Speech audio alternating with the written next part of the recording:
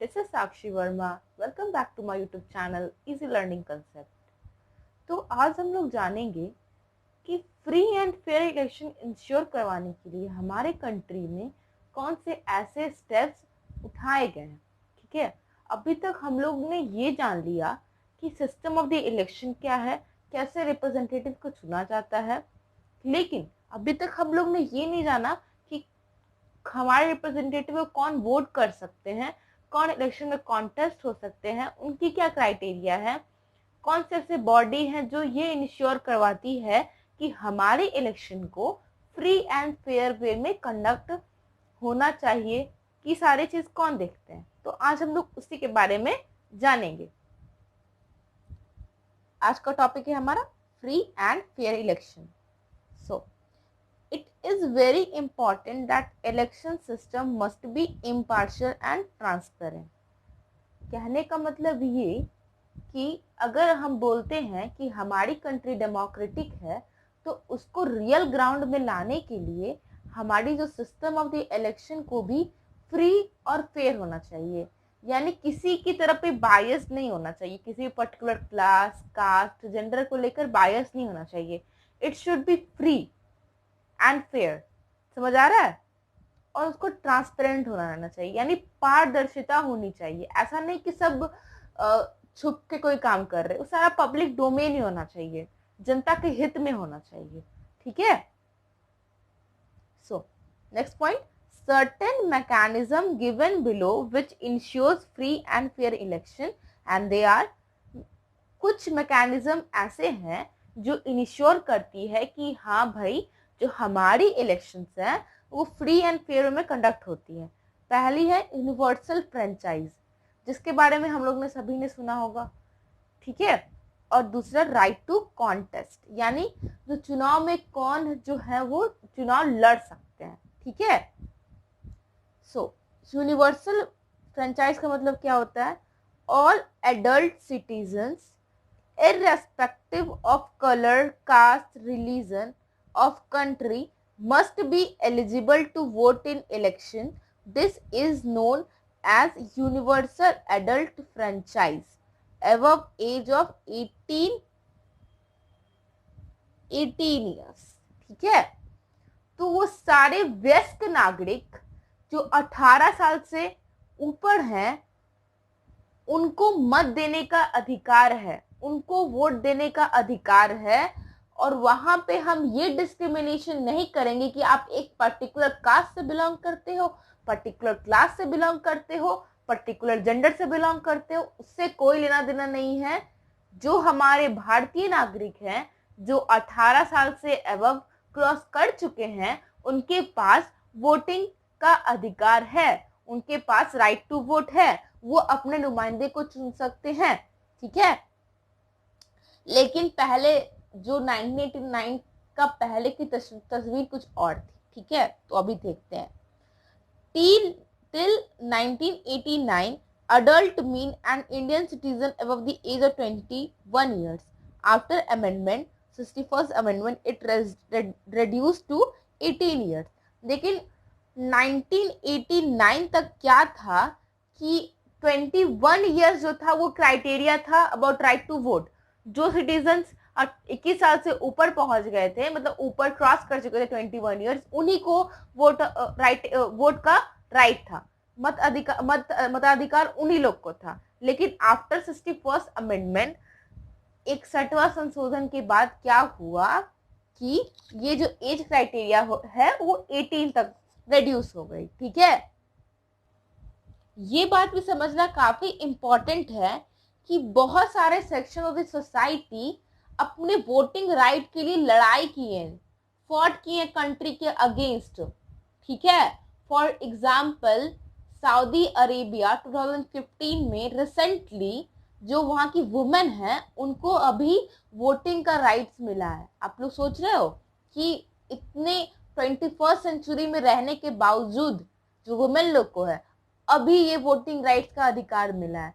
तो ऐसे काफी कंट्री हैं जहां पे वुमेन लोग को राइट टू वोट का प्रावधान नहीं था, उनके पास कोई भी मताधिकार का राइट्स नहीं था, तो उनको राइट्स मिला आफ्टर की लॉन्ग बैटल उन्होंने फॉट किया, फाइट किया, संघर्ष किया, स्ट्रगल किया, तब उनको जाके वोटिंग राइट मिला। लेकिन जो हमारी इंडियन कॉन्स्टिट्यूशन है, जब से स्टैब्लिश हुई है, जब से इन्फोर्स की है, जब से काम कर रही है हमारी कॉन्स्टिट्यूशन ऑफ द इंडिया, उसी समय से लेकर अब तक जो हमारी वुमेन को है वो राइट टू वोट का अधिकार है। लेकिन वही अमेरिका हो गया, स्विट्जरलैंड हो गया, वहां पे ऐसा नहीं था कि कॉन्स्टिट्यूशन बना हुआ था और उसमें वुमेन के राइट टू वोट के बारे में बताया गया था, बिल्कुल नहीं था। वहां पे वुमेन लोग ने काफी स्ट्रगल किया है, तभी जाके उनको वोटिंग राइट मिला है। ठीक है, तो इसी को देखते हुए हमारे कॉन्स्टिट्यूशन मेकर्स ने भी इम्पोर्टेंट डिसीजन लिया कि नहीं भाई, जो हमारी जो वुमेन है उन लोग को भी राइट टू वोट का अधिकार होना चाहिए, और ऐसा हमारे कॉन्स्टिट्यूशन मेकर ने किया भी। ठीक है, अब हम लोग जानेंगे कि राइट टू कॉन्टेस्ट क्या होता है। उससे पहले ये बात भी है कि जो 18 साल जो क्राइटेरिया फिक्स किया गया है, उसमें ये नहीं बताया गया कि आप जब बीए पास कर जाओगे, 12th पास कर पाओगे, तभी आप अपना वोटिंग राइट्स को यूज कर पाओगे। ऐसा बिल्कुल नहीं, कोई भी क्लास क्वालिफिकेशन फिक्स नहीं किया गया है, बस यहाँ पे एज क्राइटेरिया रखा गया है, क्योंकि हमारे कॉन्स्टिट्यूशन मेकर ने समझा कि जब 18 साल से जो लोग क्रॉस कर जाएंगे वो हमारे देश के लिए अच्छे रिप्रेजेंटेटिव चुन पाएंगे, उनको ये जानकारी हो जाए कि हमारी सोसाइटी के लिए क्या अच्छा है और क्या बुरा। अब बात करेंगे राइट टू कॉन्टेस्ट के बारे में, यानी चुनाव लड़ने का अधिकार। ठीक है, all citizen have right to stand for the election and become representative of the people. जो हमारे भारतीय नागरिक हैं, मैं, आप सभी को ये अधिकार है कि वो इलेक्शन के लिए कॉन्टेस्ट कर सकते हैं, इलेक्शन चुनाव लड़ सकते हैं, चुनाव के लिए खड़े हो सकते हैं और लोगों के नुमाइंदे बन सकते हैं। लेकिन यहाँ पे मिनिमम एज रिक्वायरमेंट फिक्स कर दिया गया है, जो कि है 25 ईयर्स। अगर जो लोग 25 ईयर्स कंप्लीट कर चुके हैं तो वो इलेक्शन कॉन्टेस्ट कर सकते हैं। ठीक है, लेकिन रिस्ट्रिक्शन है, ये एक बाधा है क्या, कि a person who has undergone imprisonment for 2 or more years for some offense is disqualified for contesting election।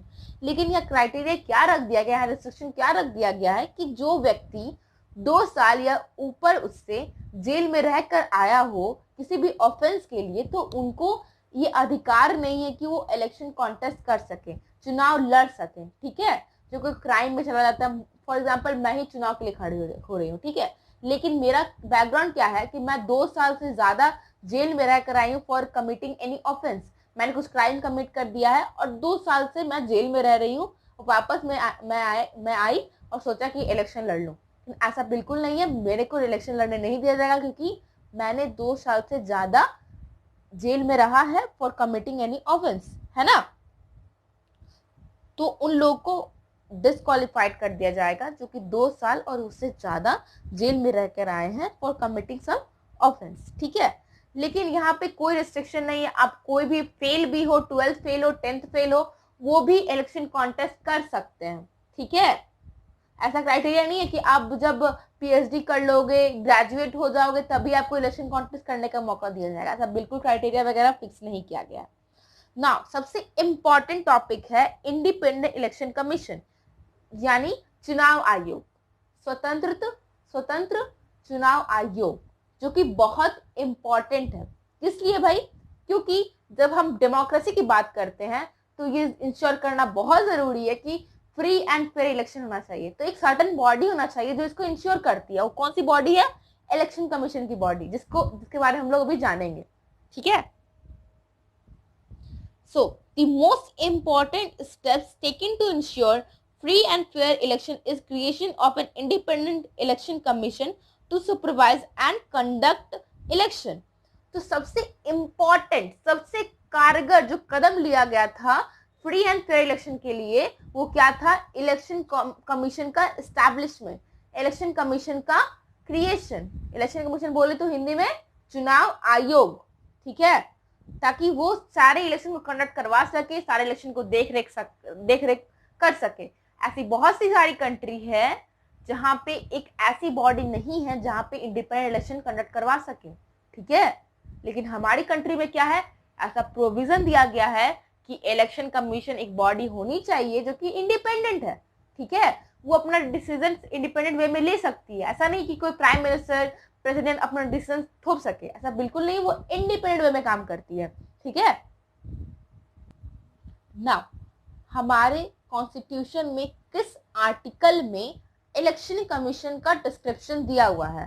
ठीक है, चुनाव आयोग के बारे में बताया गया है। ठीक है, तो कौन सा आर्टिकल है? आर्टिकल 324 में ये बताया गया है कि भाई हमारे कंट्री में एक इलेक्शन कमीशन होना चाहिए। आइए देखते हैं क्या लिखा हुआ उसमें। ठीक है, तो it provides for independent election commission for superintendence direction and control of electoral roll conduct of election in India. तो हमारी कॉन्स्टिट्यूशन ने ये लिख दे रखा है कि हमारी कंट्री में एक इंडिपेंडेंट इलेक्शन कमीशन होगी, ऐसी बॉडी होगी जो सारे चुनाव को देख रेख करेगी, डायरेक्शंस देगी, कंट्रोल करेगी अबाउट इलेक्टोरल रोल। होता है ना चुनाव का जो लिस्ट वगैरह है, कौन कौन चुनाव लड़ रहे हैं, ये सारा काम इलेक्शन कमीशन होता है। आने वाली वीडियो में हम लोग इसके फंक्शन के बारे में भी जानेंगे। ठीक है, जितने सारे इलेक्शंस होते हैं वो कंडक्ट करवाते हैं इलेक्शन कमीशन। ठीक है, सो हम लोग जानेंगे कि कौन कौन से इलेक्शन हमारी election commission of the India करवाती है। सो कंडक्शन नहीं होगा, यहाँ पे कंडक्ट होगा, sorry, conduct of all election of parliament and every state legislature and of the election to office of the president and vice president. यानी जो हमारी चुनाव आयोग है, इलेक्शन कमीशन है, वो किस किस का चुनाव करवाती है? पहली तो संसदीय चुनाव करवाती है, जिसमें हम लोग अपने एमपी को चुनते हैं। सारी विधानसभा का चुनाव करवाती है। एवरी स्टेट लेजिस्लेचर, चाहे बिहार हो, यूपी हो, सारा चुनाव कौन करवाती है? हम लोग जब अपने एमएलए को चुनने जाते हैं तो वो सारा चुनाव कौन ऑर्गेनाइज करवाती है? Election commission of India. ठीक है, जैसे प्रेसिडेंट, वाइस प्रेसिडेंट का चुनाव भी कौन करवाता है? Election commission of the India. ठीक है, तो इससे हमें ये पता चलता है कि election commission has a decisive role in virtually everything to do with election. यानी इलेक्शन कमीशन के पास पावर है कि वो इलेक्शन से रिलेटेड सारा काम का देखरेख कर सके। ठीक है, नाउ अब स्टेट्स में क्या होता है? ठीक है, स्टेट्स का भी जानना जरूरी है ना कि स्टेट में भी क्या ऐसी बॉडी होती है क्या? तो जवाब है हाँ, होती है। There is chief electoral officer in every state. Election Commission not responsible for conduct of local body election. अब आप लोग सुनते होंगे कि म्यूनिसिपैलिटीज वगैरह में इलेक्शंस होते हैं, तो क्या वो इलेक्शन कमीशन ऑफ इंडिया करवाती है? जवाब है नहीं, वो स्टेट इलेक्शन कमीशन करवाती है, यानी राज्य की चुनाव आयोग। यहाँ पे election commission of India India level की है, लेकिन लोकल बॉडी जो स्थानीय जो निकाय होती है वो स्टेट इलेक्शन कमीशन करवाती है, ना कि election commission of the India करवाती है। समझ आया? जो इलेक्शन कमीशन जो स्टेट की होती है वो ऑटोनॉमस होती है, उनके पावर फंक्शन कुछ और होते हैं। चीफ इलेक्शन कमीशन के पावर फंक्शन कुछ और होते हैं। वो लोग अपने क्षेत्राधिकार में काम करते हैं, वो लोग अपने जुरिस्डिक्शन में काम करते हैं। ठीक है, वही बात यहाँ पे लिखा गया है कि state election commission is independent of election commission of the India, यानी वो स्वतंत्र है। ऐसा नहीं है कि election commission of the India अपना डिसीजन थोपेगी स्टेट इलेक्शन कमीशन में, ऐसा बिल्कुल भी नहीं है ना। उससे कंपोजिशन यानी कितने मेंबर हैं, पहले कितने मेंबर थे, इसमें जानेंगे। ठीक है, मैंने इस टॉपिक को थोड़ा सेपरेट कर किया क्योंकि बुक में जो है सारा कंपाइल वे में लिखा है, समझने के लिए आपके लिए अलग से इसको लिख दिया है। ठीक है, so election commission can be multi member body और अ सिंगल मेंबर, यानी जो इलेक्शन कमीशन है, जो चुनाव आयोग है, या तो मल्टी मेंबर रह सकती है या सिर्फ उसमें एक मेंबर हो सकती है। ठीक है, ऐसा बिल्कुल भी नहीं है, फिक्स नहीं है कोई बात कि नहीं इसको सिंगल होना चाहिए या तो मल्टी मेंबर, दोनों में से कोई भी हो सकती है। ठीक है, till 1989 election commission was single member. 1989 तक जो इलेक्शन कमीशन थी वो सिंगल मेंबर की थी। ठीक है, एक ही मेंबर होते थे उस बॉडी में। ठीक है, before 1989 election 2 election commission were appointed making body multi member. तो 1989 जनरल इलेक्शन से कुछ समय पहले ही इलेक्शन कमीशन को मल्टी मेंबर बॉडी बनाया गया था, 2 अदर मेंबर भी अपॉइंट किए गए थे। ठीक है, बिसाइड चीफ इलेक्शन कमीशन। ठीक है, तो उसको मल्टी मेंबर बॉडी बनाया गया, लेकिन कुछ दिन बाद क्या किया गया, उसको बदल दिया गया। सून आफ्टर इलेक्शन, तो चुनाव के बाद क्या हुआ कि जो कमीशन है वो रिवर्टेड, फिर से सिंगल मेंबर हो गए। जो 1989 से पहले की तस्वीर थी वापस सिंगल मेंबर बॉडी हो गई, ठीक है। फिर 1993 में क्या हुआ कि फिर से 2 इलेक्शन कमिश्नर को अपॉइंट किया गया बिसाइड चीफ इलेक्शन कमीशन, ठीक है। तो वहां पर चीफ इलेक्शन कमीशन होंगे और फिर से 2 मेंबर अलग से होंगे, ठीक है, मतलब उसी के बॉडी में होंगे, मतलब एक चीफ इलेक्शन कमीशन और 2 अदर कमिश्नर, ठीक है। So 1993 2 election commissioner again appointed and commission became multi member and has remain multi member since then. तो क्या हुआ कि 1999 में जो इलेक्शन के पहले थोड़ा 2 मेंबर्स को अपॉइंट किया गया था, फिर वापस क्या किया गया, उसको सिंगल मेंबर बना दिया गया। फिर 1993 में क्या किया गया, उसको मल्टी मेंबर बॉडी बना दिया गया 2 चीफ इलेक्शन कमिश्नर को अपॉइंट करके, ठीक है। नाउ अब हम 3 बना दिए, मल्टी मेंबर बना दिए, लेकिन अब बात आती है कि किसके क्या पावर फंक्शन होंगे, तो डिस्प्यूट होगा ना भाई, ठीक है। अगर हम एक बॉडी में 3 का बना दिए तो तीनों का क्या पावर फंक्शन हो गया वो डिसाइड करना काफी जरूरी है। तो उससे क्या हो गया, डिस्प्यूट्स हो गया। आगे देखते हैं क्या हुआ।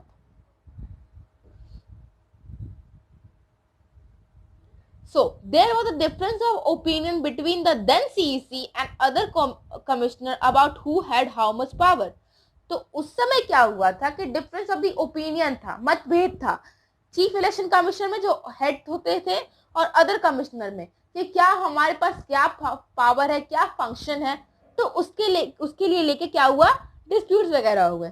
फिर क्या हुआ, मामला गया सुप्रीम कोर्ट में और उन्होंने मामला सेटल करवा दिया, ठीक है ना। अब क्या होता है कि CEC preside over election commission but doesn't have more power than other election commissioner. यानी सीईसी होते हैं जो चीफ इलेक्शन कमिश्नर होते हैं वो हेड होते हैं, बाकी 2 अदर मेंबर्स होते हैं, लेकिन तीनों के पावर फंक्शन एक ही है, खाली जो प्रेसाइड करेंगे वो चीफ इलेक्शन कमिश्नर करेंगे, ठीक है। ये बात समझ में आ गया होगा। नाउ ये जो अपॉइंट किए जाते हैं वो प्रेसिडेंट ऑफ द इंडिया के द्वारा अपॉइंट किए जाते हैं, पर on the advice of what, council of ministers. अब ये डिस्प्यूट वाला बात है। क्या होगा क्या कि अगर प्रेसिडेंट ऑफ द इंडिया के पास पावर है कि वो चीफ इलेक्शन कमीशन को अपॉइंट करे, तो क्या वो डिस्प्यूट हो सकता है? जवाब है हाँ, हो सकता है, क्योंकि वो किससे एडवाइस ले रहे हैं, president, council of minister. And council of minister तो सर्टेन पार्टी से बिलोंग करते हैं, तो बिल्कुल नहीं किसी पार्टी से बिलोंग नहीं करते हैं। तो होता क्या है कि कुछ ऐसे मेंबर्स को अपॉइंट कर लेंगे कि जो उनको फेवर करे, जो कि डेमोक्रेसी के लिए बिल्कुल ही फेवरेबल नहीं है। तो हमेशा बात चलती रहती है कि क्राइटेरिया इसको बदलना चाहिए, प्रेसिडेंट के अलावा उससे लीडर ऑफ द अपोजिशन से भी परमिशन लेना चाहिए कि भाई ये मेंबर सही है, इसको हम चीफ इलेक्शन कमीशन बना सकते हैं। लेकिन अभी तक ऐसा हुआ नहीं है। उनको अपॉइंट करती है president on the recommendation of council of ministers. लेकिन ये डिस्प्यूट्स होते रहते हैं क्योंकि ये डेमोक्रेसी के लिए सही नहीं है। अगर एक चीफ इलेक्शन कमीशन किसी पार्टी को फेवर कर दे तो क्या वो डेमोक्रेटिक होगी? जवाब है नहीं, बिल्कुल डेमोक्रेटिक नहीं होगी। लेकिन हालांकि हम उसी सिस्टम में भी काम कर रहे हैं, ठीक है। नाउ कितने साल के लिए अपॉइंट होते हैं, नियुक्त होते हैं? तो 6 साल के लिए, appointed for the term of 6 years और continue till the age of 65 years which ever is earlier. मान लो किसी इंसान को बनाया गया चीफ इलेक्शन कमिश्नर, ठीक है, तो 6 साल अपना टेन्योर एंजॉय करेंगे, या अगर मान लो कि वो 64 years के हैं, ठीक है, और 65 years में उनका रिटायरमेंट हो जाए, ठीक है। यहाँ पे ये नहीं देखा जाए कि 6 साल को कंप्लीट करना है, ऐसा बिल्कुल नहीं है। अगर वो इंसान 64 years का है और उनका 65 years में कंप्लीट हो जाएगा तो वो रिटायर हो जाएंगे। ये कहता है या तो 6 साल या तो 65 साल तक, ठीक है, 65 साल कंप्लीट होने तक, ठीक है। तो आज के लिए बस इतना ही। आने वाली वीडियो में जानेंगे कि इलेक्शन कमीशन के फंक्शंस क्या है और इलेक्टोरल रिफॉर्म्स क्या होते हैं। तो थैंक यू। अगर आप लोग को वीडियो अच्छा लगा हो तो please like, subscribe and share. Thanks for watching.